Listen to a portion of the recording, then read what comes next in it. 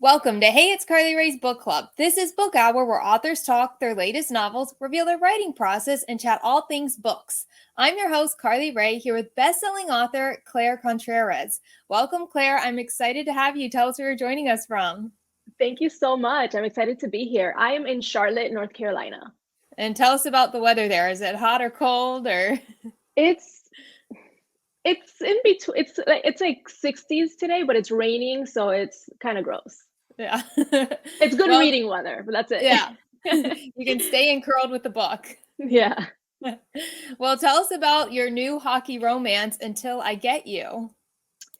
Until I Get You is essentially a hockey romance. It starts off in college and then it continues on like 3 years later. So it's college/new adult, and it follows this girl, Lila, who has a lot of trauma, and she's very standoffish, and she meets this hockey star who is not standoffish but is very much like keeps everybody at arm's length as well. And somehow he completely like falls for her and becomes obsessed with her, and basically a story about two people who don't trust people but end up meeting and just like falling really hard for each other. Yeah.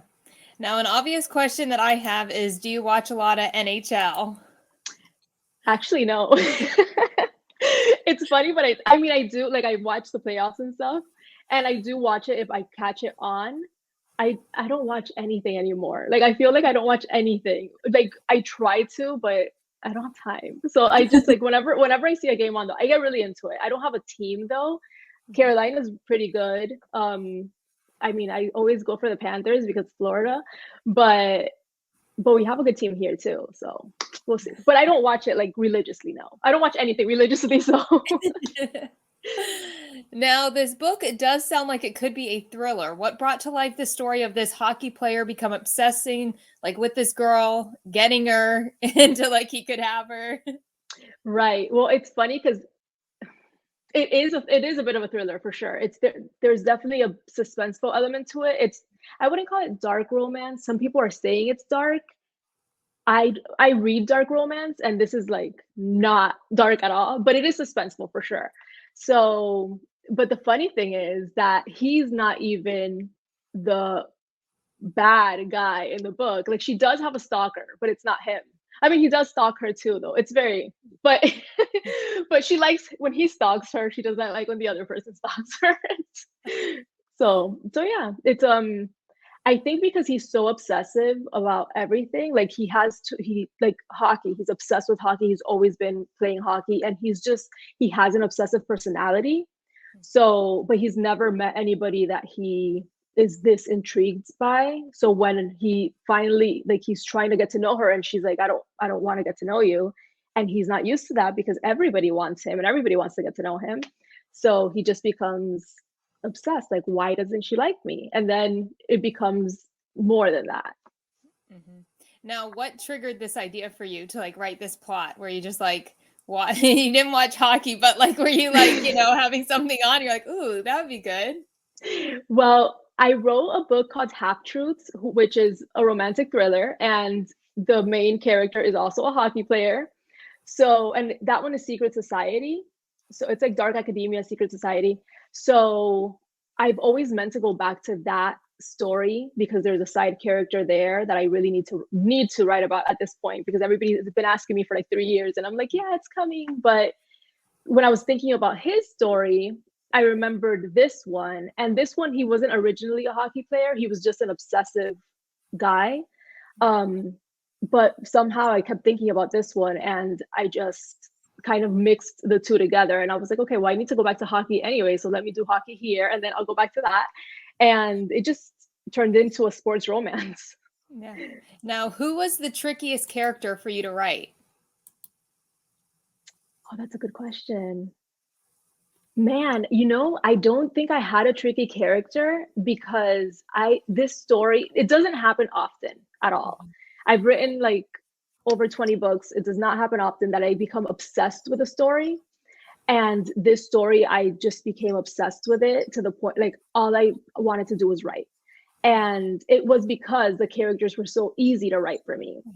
And he was so much fun to write because he's so crazy, but also like kind and funny. So he's like it's a very dynamic character. And so he was the funnest to write, but not, I don't know about the trickiest. I don't think I had it because I was so obsessed. Yeah. Now, did you always know how you wanted Until I Get You to end? Yes, I have learned my lesson. Um, I have to know the beginning of a story and the end of a story. I've learned my lesson because I'm the type of person who goes into it, and if I don't know where it's ending, I've like tossed 40,000 words easily because I don't know how the story ends. So now I'm like, if I don't know the end, I'm not writing the story. Well, I'm taking a class storytelling right now, and they were my teacher was talking about how you need to plot it out, and like the climax and the ending. And I'm like, yeah, I guess that makes sense now. I As you're going know. through it, I saves you know. time. It does. I can't plot though. Yeah. It's very, I can't. I've tried. I've done it. I'm not a plotter. Yeah. Now, what are you most excited for readers to read in Until I Get You? I think because it's a story about a girl who gets over her trauma and like, you know, goes to therapy and works through it and everything. And in the end, she ends up being like she's always she's always a strong character because she's dealing with all these things, but she's dealing with them internally and she doesn't know how to speak to anybody about it.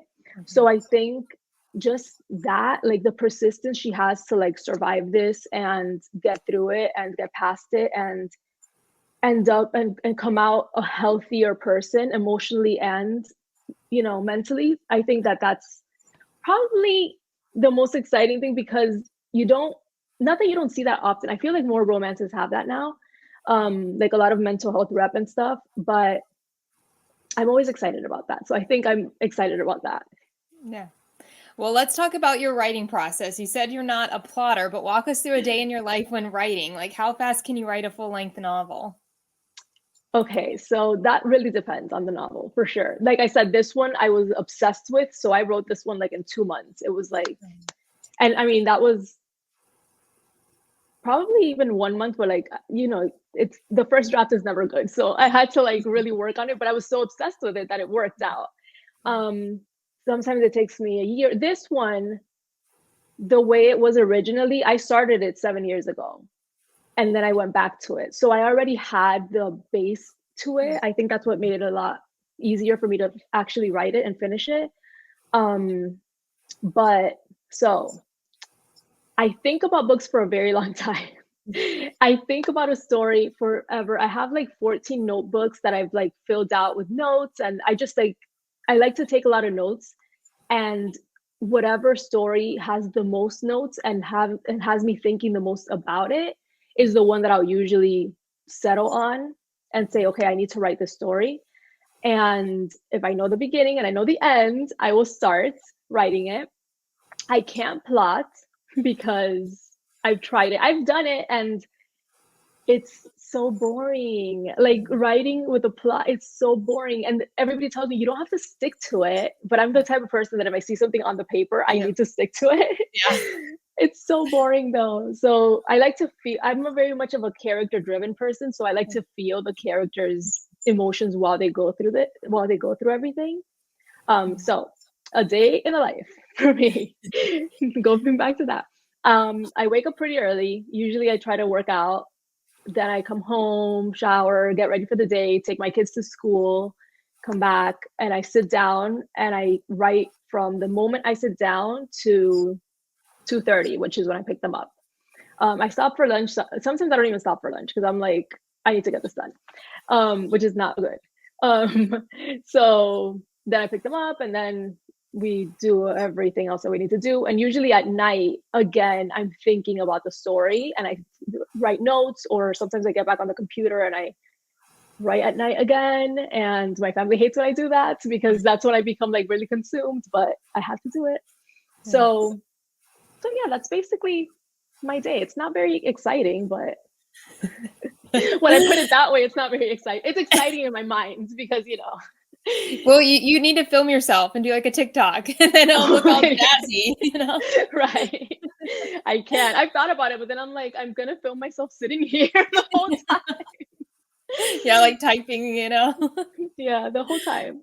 Uh, well, what's your favorite part of writing? Is it like the chance to getting like sitting down and typing or thinking about it? I think my favorite part is the actual story, like thinking about the story and seeing how the characters actually end up fleshing out on paper. Because I don't of course, like everybody pulls from like personal experience here and there, but essentially my characters are just that's their story. So I start off knowing a little bit about, or I know a lot about them, but I don't know how they're going to react to certain things. But when I get to those scenes, then it's like, this is how this person would react. And I love getting to know how different people react to different things. I study psychology, so that's like my thing.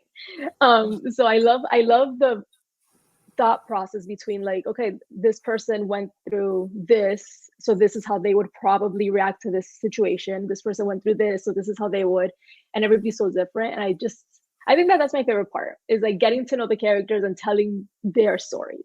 Yeah. Now, you've written numerous novels. Did you always want to be an author? I actually did, always.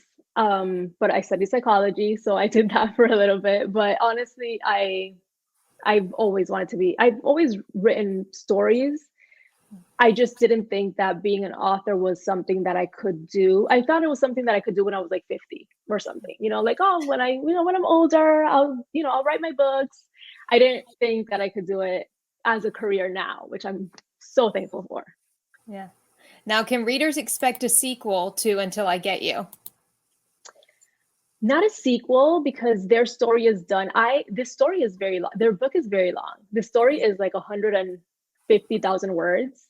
And then, yeah, it just wouldn't end. And I'm the type of person, I always make fun of my friends who write contemporary romance and write really long books. So I'm like, what are you doing? What are you writing so long for?